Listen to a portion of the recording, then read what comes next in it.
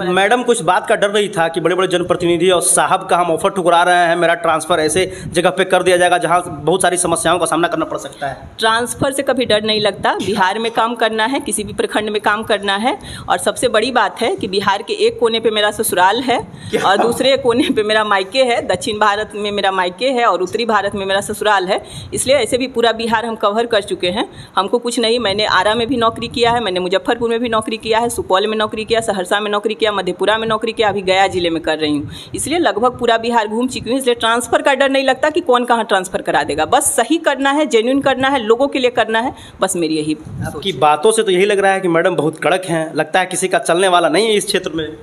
नहीं, कड़क नहीं, बस देखिए कॉन्फिडेंस है, और अगर सही कोई भी पदाधिकारी सही करता है तो उसमें कॉन्फिडेंस आता है। वीडियो साहिबा, यानी आप वेतन के अलावा एक्स्ट्रा इनकम के लिए क्या सोचे हैं अभी तक? एक्स्ट्रा इनकम के लिए ना तो कभी हम कुछ सोचे हैं और न ही भविष्य में कभी कुछ सोचेंगे। यहाँ से दलालों को कैसे भगाएंगे आप, जो 2 4 5 करने में लगे रहते हैं? जिस कुर्सी पे बैठे हैं उस कुर्सी का कसम खाकर कहेंगे कि 1 रुपया आज तक लिए हैं और ना लेंगे? बिल्कुल कसम खा के कह सकते हैं। बिहार के सरकारी स्कूलों का क्या हाल है? क्या मैडम का बच्चा सरकारी विद्यालय में पढ़ता है? मैंने देखा है कि छोटा छोटा बच्चा है मैडम का, तो क्या वो सरकारी विद्यालय में पढ़ता है? सही सही बताइएगा। सरकारी स्कूल में नहीं पढ़ता है। क्यों प्राइवेट में पढ़ रहा है? क्या सरकारी विद्यालय में वीडियो साहिबा की बेटे नहीं पढ़ सकते हैं? वहाँ सिर्फ गरीब के बच्चे पढ़ेंगे। हम आज तक सरकार प्राइवेट स्कूल का मुंह नहीं देखे, फिर भी आप अपने बच्चों को प्राइवेट में पढ़ा रहे हैं। हाँ, ये तो बात सही है कि हम अपने क्या लगता है 1-2 साल बाद मैडम सरकारी विद्यालय में एडमिशन करवाएंगे अपने बच्चों? अगर जो स्थिति हम लोग के समय में थी, जो स्थिति, मैं इस बात से पूरी तरह सहमत हूँ। जन वितरण प्रणाली में गरीबों का अनाज काटा जाता है, 1 केजी अनाज, कहीं 2 केजी अनाज। उस अनाज जो वो अनाज काटा जाता है उसमें वीडियो साहब को कितना मिलता है? उस 1 केजी अनाज में बड़े बड़े पदाधिकारियों को कितना पैसा जाता है? हमको तो आज तक नहीं मिला है कुछ, लेकिन अनाज काटा जाता है मैडम, ये तो शायद आपके जानकारी में भी होगा। ये इतने दिनों से आप कार्य कर रहे हैं, सामने से कभी ऑफर मिला कि नहीं मैडम 2-4 लाख ले लीजिए, मेरा काम करवा दीजिए? इतने दिनों में कभी ऑफर मिला कि नहीं, ये एकदम बताइएगा सही सही। देखिए, ऑफर कभी कभार इस तरह के कंडीशन होते हैं। अभी हमारे साथ टनकुप्पा प्रखंड के प्रखंड विकास पदाधिकारी मौजूद हैं और आज हम इनसे टनकुप्पा प्रखंड क्षेत्र के विकास को लेकर जानेंगे। सबसे पहले मैडम अपना परिचय दे देंगे आप? मेरा नाम अलीशा कुमारी है। मैं अभी प्रखंड विकास पदाधिकारी टनकुप्पा के रूप में यहाँ पदस्थापित हूँ। इसके पहले मैं मधेपुरा, सुपौल और सहरसा तीनों डिस्ट्रिक्ट में मैं विभिन्न ब्लॉकों में जैसे किशनपुर, गम्हरिया, शौर बाजार आदि में प्रखंड विकास पदाधिकारी के रूप में पदस्थापित रही हूँ। मेरा गृह जिला पटना है। मैडम को पूरा अनुभव है, प्रखंड विकास पदाधिकारी के तौर पे इतना जगह काम कर चुकी हैं, तो अनुभव काफ़ी अच्छा होगा। हाँ, लगभग मेरा 10 साल का अनुभव है। मैंने 2013 में ज्वाइन किया था और 2013 से लगातार विभिन्न प्रखंडों में प्रखंड विकास पदाधिकारी के तौर पे काम किया है, इसलिए 10 सालों का अनुभव है। अच्छा, सबसे पहले यहाँ के छात्र और छात्राओं को क्या मैसेज देना चाहेंगे जो इस कुर्सी पर बैठने का ख्वाब देख रहे हैं? सबसे पहले तो मैसेज यही है जो कि यहाँ तक पहुँचना चाहते हैं उसके लिए कि मेहनत सबसे ज़्यादा इम्पॉर्टेंट है, और मेहनत से भी ज़्यादा इम्पॉर्टेंट है सही दिशा में प्रयास करना। उसकी दिशा सही रहनी चाहिए। आजकल जो छात्र छात्राओं के बीच जो भटकाव की स्थिति है, डिफरेंट चीज़ों को लेकर सोशल मीडिया वगैरह का जो दुरुपयोग हो रहा है, तो उसको लेकर भी लोगों में बहुत सारे भटकाव आते हैं। तो उन सभी भटकावों से बचते हुए और सही दिशा में प्रयास करेंगे, अपने पर विश्वास करके पूरे आत्मविश्वास के साथ तैयारी करेंगे, तो यहाँ पर पहुँचना कोई बहुत बड़ी बात नहीं है। लगभग टनकुप्पा में 1 महीने हो गए, कैसा वातावरण है, कैसा फीलिंग कर रहे हैं आप? बहुत अच्छा वातावरण है, काम के लिए बहुत अच्छा माहौल है। जितने भी जनप्रतिनिधि हैं सभी बहुत ही सहयोगी हैं। मेरे ऑफिस में जो भी मेरे कलीग्स हैं, जो भी मेरे साथ काम कर रहे हैं, सभी का आचरण, सभी का बिहेवियर बहुत अच्छा है। अभी हाल में ही जो सबसे टफ काम था टनकुप्पा में आने के बाद, अभी जाति गणना का काम एकाएक शुरू हुआ और उसको 1 सप्ताह में कंप्लीट करना था, जिसमें लगभग 278 परगना के यहाँ पे थे जिनसे काम करवाना था, और लोगों ने बहुत अच्छा सहयोग किया।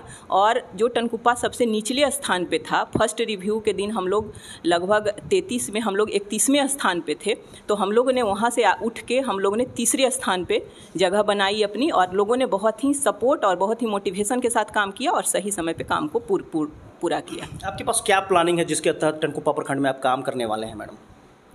देखिए, सबसे पहला तो मेरा जब भी मैं किसी प्रखंड में योगदान करती हूँ तो सबसे पहला तो मेरा रहता है कि लोगों से डायरेक्ट मेरा कम्युनिकेशन हो। बीच में कोई नहीं रहे। इसलिए मेरा सबसे बड़ा रहता है कि ऑफिस में टाइम से जो भी टाइम पीरियड ऑफिस का बना हुआ है उसमें बैठती हूँ और लोगों की समस्याओं को सुनती हूँ, ताकि मैं उनकी समस्याओं का समाधान कर सकूँ। जो भी पब्लिक हैं जो डायरेक्ट आके मिलते हैं और जो भी समस्याएं प्रखंड स्तर पे समाधान होने वाली है, उसको कोई भी समस्या के लिए उनको इससे बाहर जाने की जरूरत नहीं पड़ेगी। शिकायत लेके जो भी समस्या प्रखंड स्तर पे सॉल्व होने वाली है उसका प्रखंड स्तर पे ही निष्पादन किया जाएगा। और जो समस्याएं मेरे ऊपर की है जिसको कि हम सॉर्ट आउट नहीं कर सकते हैं, उसके लिए उनको सही मार्गदर्शन दे दिया जाता है कि आप इस ऑफिस में जाइएगा तो आपकी समस्याओं का निष्पादन हो जाएगा। इसलिए सबसे बड़ा जो है कि लोगों की समस्याओं को सही समय पे उनका सॉल्यूशन करना और उनकी बातों को सुनना और सही उनका निष्कर्ष निकालना सबसे बड़ी प्राथमिकता। कथित तौर पे ये कहा जा रहा था कि जब पुराने विकास प्रखंड पदाधिकारी यहाँ थे, आवास योजना का रेट जो है वो 25 से 30 हज़ार रुपये चल रहा था। अब आप आए हैं, रेट घटेगा कि बढ़ेगा?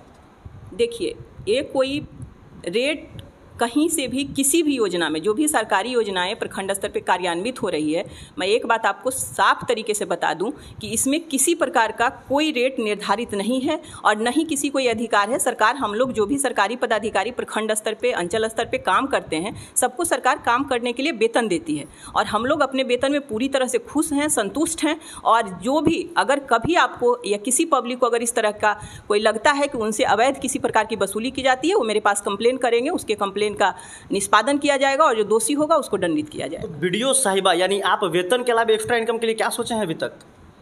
एक्स्ट्रा इनकम के लिए ना तो कभी हम कुछ सोचे हैं और ना ही भविष्य में कभी कुछ सोचेंगे।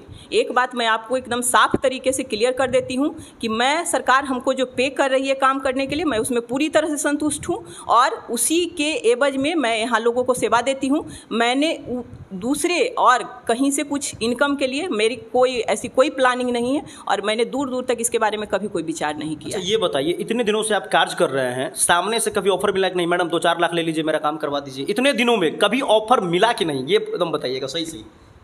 देखिए, ऑफर कभी कभार इस तरह के कंडीशन होते हैं। जैसे अभी जब मैं जिस प्रखंड में थी, उस प्रखंड का एक वाकया है कि अभी मत्स्यजीवी का चुनाव हुआ था हाल फिलहाल में। मत्स्यजीवी का चुनाव हुआ था। मत्स्यजीवी का चुनाव अभी भी बैलेट पेपर से होता है, तो उसमें दोनों के बीच हार जीत का डिफरेंस बहुत ही कम था। बैलेट पेपर से मात्र 2 वोट के अंतर से, अभी मैं जिस गम्हरिया प्रखंड से आई हुई यहाँ पे, तो वहाँ पे बहुत ही 2 वोट का सिर्फ अंतर था। तो बैलेट पेपर में 2 वोट का अंतर बहुत ज़्यादा मायने नहीं रखता है, बहुत ही कम होता है। ईवीएम में तो अभी सबकी संभावना बिल्कुल भी नहीं है, लेकिन बैलेट पेपर में अभी भी लोगों की मानसिकता बनी हुई है।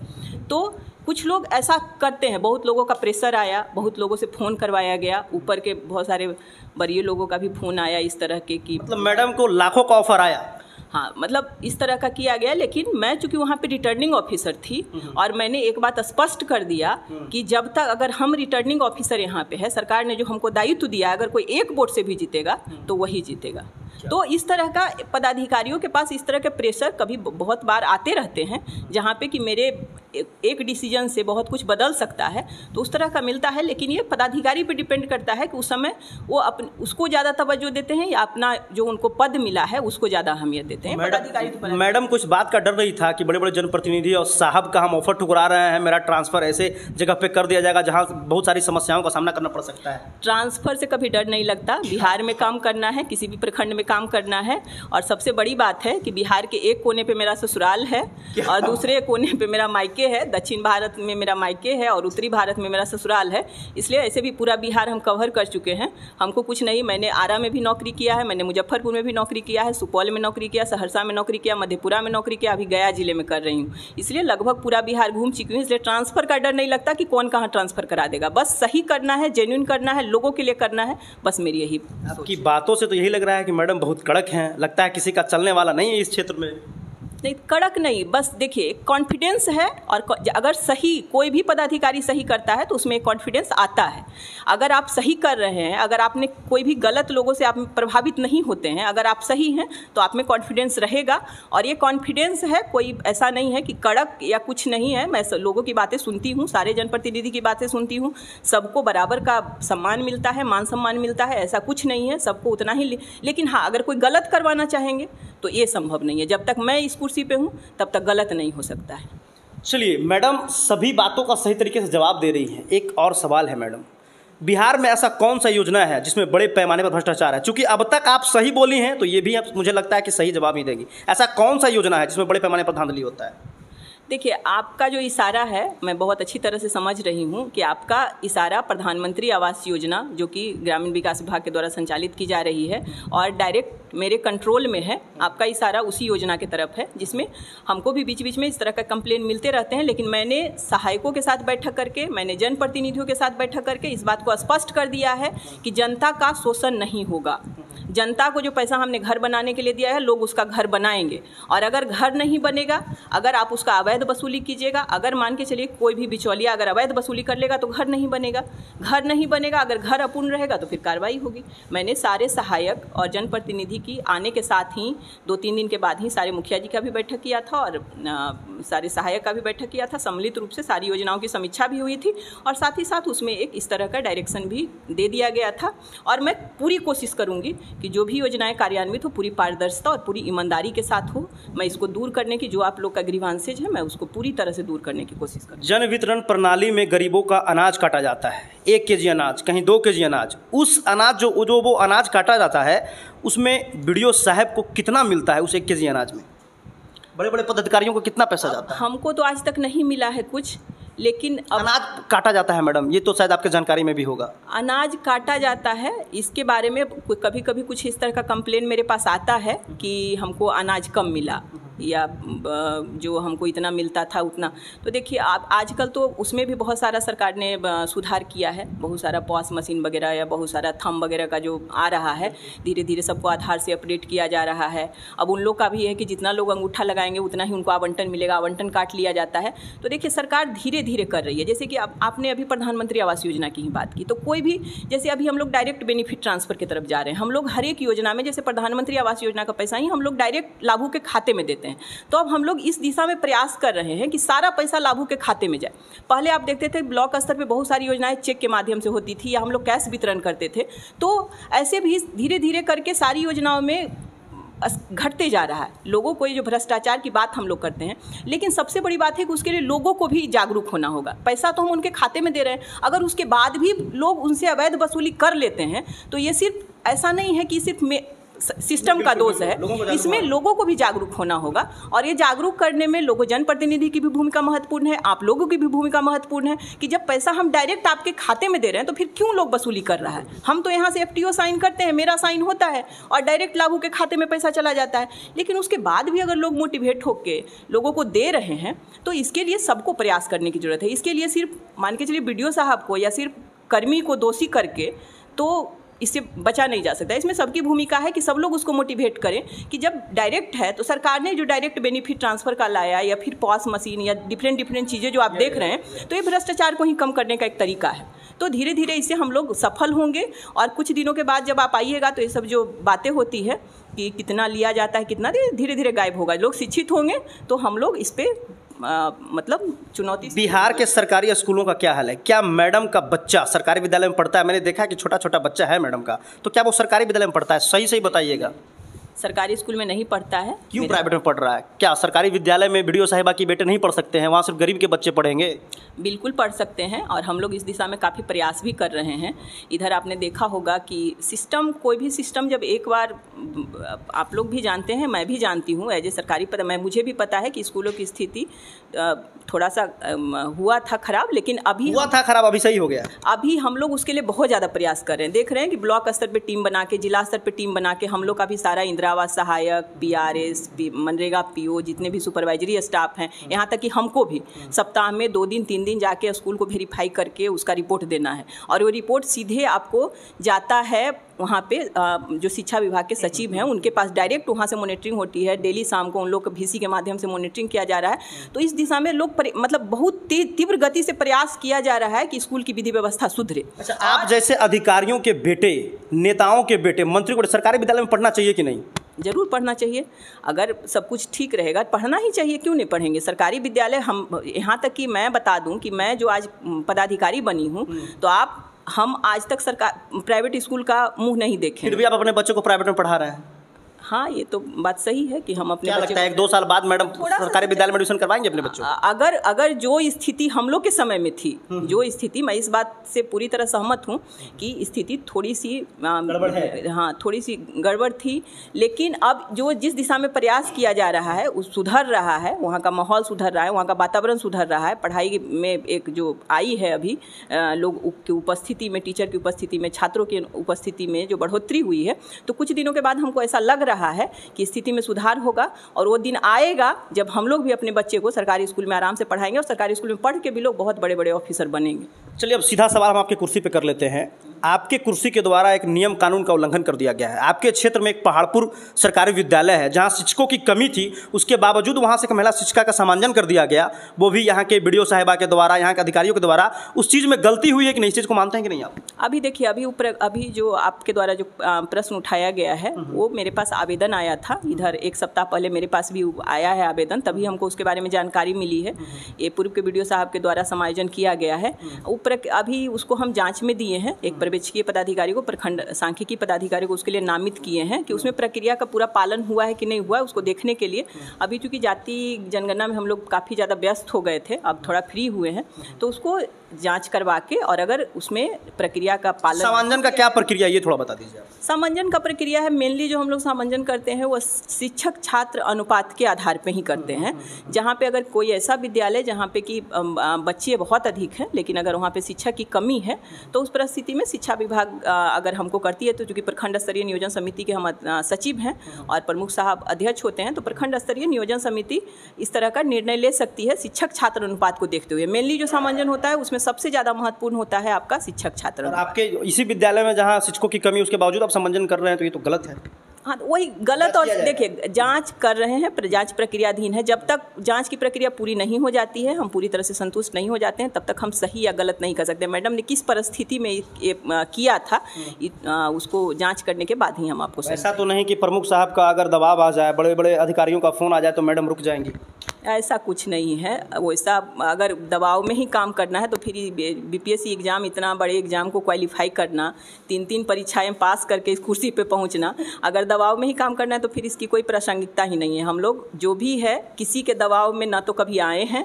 और आपको एक चीज़ बता दें कि अब आप पूर्व में जहाँ पे पदस्थापित रहे हैं, आप वहाँ से भी फीडबैक ले सकते हैं कि बिल्कुल पूरी निष्पक्षता और पूरी पारदर्शिता के साथ काम किया है। किसी के दबाव में कहीं कुछ नहीं है। जो नियम है, जो नियम, चूँकि हम लोग पदाधिकारी हैं, हम लोग का बस एक ही काम है, नियम कानून को पढ़ना और उसका पालन करना। बस हम लोग को यही है, नियम कानून से सारा काम हो, बस इसी का ध्यान में रखना है। कहीं किसी का कोई दबाव नहीं है। यहाँ से दलालों को कैसे भगाएंगे आप, जो 2, 4, 5 करने में लगे रहते हैं? देखिए, जहाँ तक हम तो कोई भी पब्लिक आता है तो डायरेक्टली उनसे मिलते हैं। अगर उनके द्वारा कुछ इस तरह का कंप्लेन किया गया कि कोई उनके द्वारा अवैध वसूली किया गया, पहले किसी से कोई किसी प्रकार की वसूली की गई तो कहाँ की गई, अगर प्रखंड कार्यालय में इस तरह का है और किसी के द्वारा इस तरह किया जाता है, तो धीरे धीरे देखिएगा अपने आप सब। अगर मेरे पास नाम उजागर होता है कि हाँ ये लोग रहते हैं प्रखंड कार्यालय में, चूँकि मैं भी घूमते रहती हूँ, बीच बीच में आते रहती हूँ, जाते रहती हूँ, तो इस तरह का कोई कहीं कोई अवैध वसूली प्रखंड कार्यालय में नहीं होगी। और अगर इसके बाद भी आपको लगता है कि कोई है तो आप नाम बताइए, उसके ऊपर कार्रवाई होगी। प्रखंड कार्यालय में कोई भी दलाल या कोई अवैध वसूली नहीं कर सकता है। जिस कुर्सी पे बैठे हैं उस कुर्सी का कसम खाकर कहेंगे कि 1 रुपया आज तक लिए हैं और ना लेंगे? बिल्कुल, कसम खा के कह सकते हैं। क्या बात, बहुत अच्छा लगा। Thank you so much, superlative, और अच्छा लगा मैडम आपके जवाबों से। एक लास्ट बार आम जनों को क्या मैसेज देना चाहेंगे, यहाँ के लोगों को? आम जनों को बस एक ही मैसेज देना चाहती हूँ कि अगर आपको कोई प्रॉब्लम है प्रखंड कार्यालय से, अगर आपको कोई काम है जो कि बहुत दिनों से आपका नहीं हो रहा है या किसी कारण बस पेंडिंग है, तो आप आके कम से कम एक बार हमसे मिल सकते हैं। और आपको कोई भी समस्या हो, प्रखंड कार्यालय से रिलेटेड कोई काम हो या कोई भी समस्या हो, तो आप डायरेक्टली आइए। अगर कहीं भी कोई परेशानी हो रही है, डायरेक्टली हमसे मिलिए, आपके सारे कार्यों का निष्पादन किया जाएगा। और आप लोगों का बस मैं सभी लोगों से, जितने भी टनकुप्पा ब्लॉक के जितने भी जनप्रतिनिधि हैं, जितने भी नागरिक हैं, जितने भी लोग हैं, सभी लोगों से, पत्रकार बंधु हैं जितने भी, सबसे बस आप लोगों से सहयोग की अपेक्षा रखती हूँ। आप लोग सहयोग करते रहिए, बिल्कुल सही दिशा में काम किया जाएगा, बिल्कुल पूरी ईमानदारी और तत्परता से काम होगा। बहुत बहुत धन्यवाद। तो ये प्रखंड विकास पदाधिकारी टनकुप्पा के जिन्होंने कड़क तरीके से जवाब दिया, और ऐसे पदाधिकारी बहुत कम मिलते हैं। साफ तौर पर इन्होंने कहा कि ना भ्रष्टाचार करेंगे और ना करने देंगे, और जो लोग प्रखंड कार्यालय में इस तरह का काम करेंगे उस पर कार्रवाई भी होगी, जो लोग ऑफर देने का काम करेंगे उनके ऊपर कार्रवाई भी होगी। और जिनको भी समस्या है वो डायरेक्ट आकर हमसे मिल सकते हैं, किसी को लेकर आने की ज़रूरत नहीं है। देख सकते हैं यहाँ पर कुछ महिलाएं भी बैठी हुई है। किस लिए आए हैं चाची आप लोग? मकाई लेने के लिए आए हैं। क्या चीज़ लेने? मकाई बिया मिल रहा था। अच्छा, हाँ हाँ, इन लोगों को बीज मिल रहा है, तो किसान कार्यालय से इनका काम होगा। तो धन्यवाद। आप देख रहे थे मगध की बुलंद आवाज़ और मैं हूँ समर राठौर।